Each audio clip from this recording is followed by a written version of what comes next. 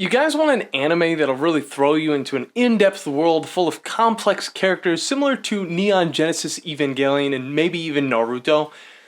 Well, you probably want to go somewhere else. Before we get into this video, guys, I'd like to introduce myself. I am Gorlok and I do anime. Whether it's good, bad, in the middle, I'm gonna give you guys anime suggestions that you guys can write home about and maybe even watch with your mom and dad. Look, guys, I'm not one to judge people, especially on what anime they watch. But if you sat through all 12 episodes of this show right here, there's gotta be something wrong with you.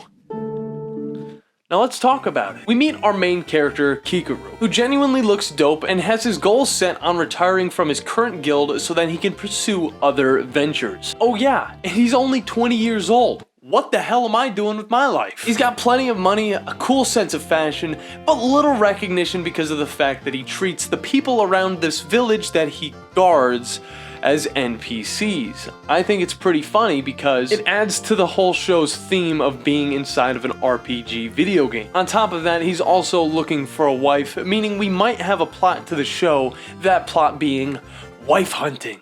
Except for, throw that out the window because that's not the plot of the show. To be honest, the story is all over the place while also being non-existent. Is it about finding him a wife? Is it about retiring from the guild? Or maybe there's an almighty being named Kartron causing chaos among the village of Mabuki? No.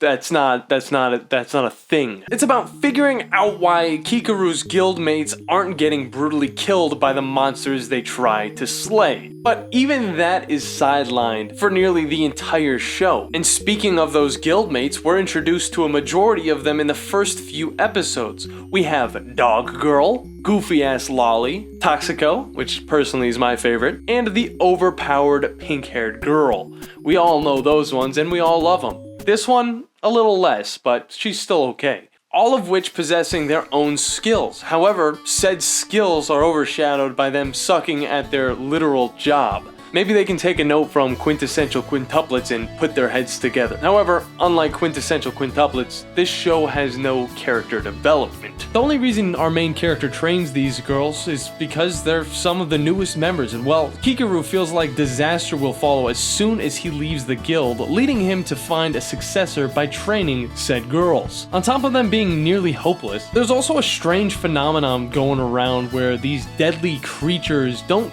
kill these girls, but instead give them all big hugs.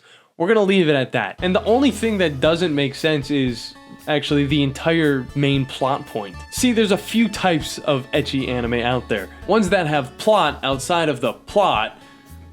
There's a little bubble popped out of my mouth. And ones that simply make you want to bust a nut. And this show right here lands kind of right in the middle. So what does this show really have going for it besides its borderline hentai scenes? Well, the humor is actually pretty good. And I'm not saying it's, oh no, I fell and now my face is in this curious position. I'm actually meaning it's funny. And it sucks that all of these jokes will probably be hidden behind this big old wall of boobs. However, if you can look past the etchiness, you will get a pretty pleasant show to watch. However, some of these ecchi scenes do cross the line, and it makes me question whether or not I'm going to heaven or hell. But the jokes alone will only get you so far, so there's gotta be something else that's good about this show, right? Maybe the characters? Well, let's talk about them at least. Our protagonist, Kikaru, has his goals set on retiring. He's very cool looking, and honestly, he's very different from the normal anime main character we get in all different types of shows. He's not just some bland character you can place yourself within. It's actually a character that has his goals above anybody else's who's probably watching this show, except for me.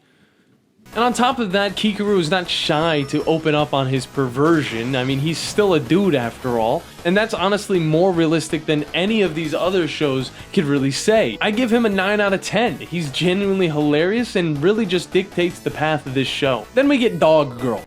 Also known as Hitamu. And she's pretty dumb, but she's also full of a lot of energy and she knows karate, so she's able to fight those monsters.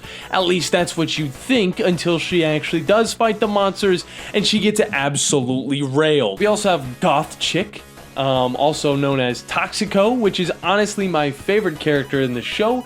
What does she do? Well, nothing really, but she has that low energy vibe. She doesn't want to work, and she just wants to play video games all the time. However, she's got to make a living, and I can definitely respect that. And then we have Hanabata, the most talented of the group. She's actually a really good fighter, but she does have one downside, and that downside is she gets all loopy and she relies on her final form a little too much. That turns her into a straight up airhead, you know? Except for she also goes and attacks our main character, but honestly, have you seen those abs? I would also like a piece of that Kikaru cake. Is that gay? For the characters, I'll give it a solid 5. And I really do mean a solid 5. There's nothing really wrong with the characters, but there's not really any backstory, and they just kind of stay strangers throughout the whole thing. I'll say 50% of the characters are good, the other 50% a little lacking, but overall pleasant. Sorry guys, the camera died. Let's continue where we left off. Oh, we're on the art now. The studio behind the art was TNK, also known for their amazing works such as High School DxD and Dime a Dollar. Wow, you guys remember that show? Either way, the art in this one is 10 times better than any of those shows combined. You gotta really respect where TNK has come in these last few decades. I can hardly remember the music, so that's not a good sign, but all of the character designs are pretty solid, and I think that's a satisfying 7 out of 10. To finish off, I have to say that I went into Immoral Guild just kind of wanting a anime that I didn't have to worry too much about when it comes to the actual story. So technically, it did succeed in doing exactly what I wanted it to do.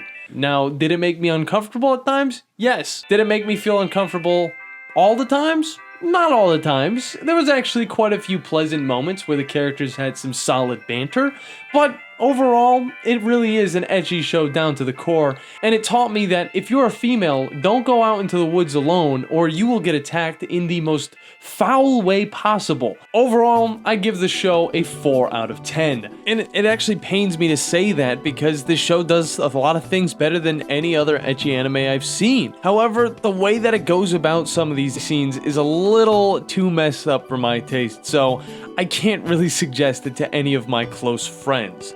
However, if you are interested in this show, good luck finding it because it never came to America. So have fun finding it on some sketchy ass website. Either way, if you guys have watched this smut, go down below and let me know what you guys think about it. If not, I dare you. Make sure you guys subscribe and look forward to more Gorlok videos, as well as why not watch all of these other Gorlok videos while you're at it.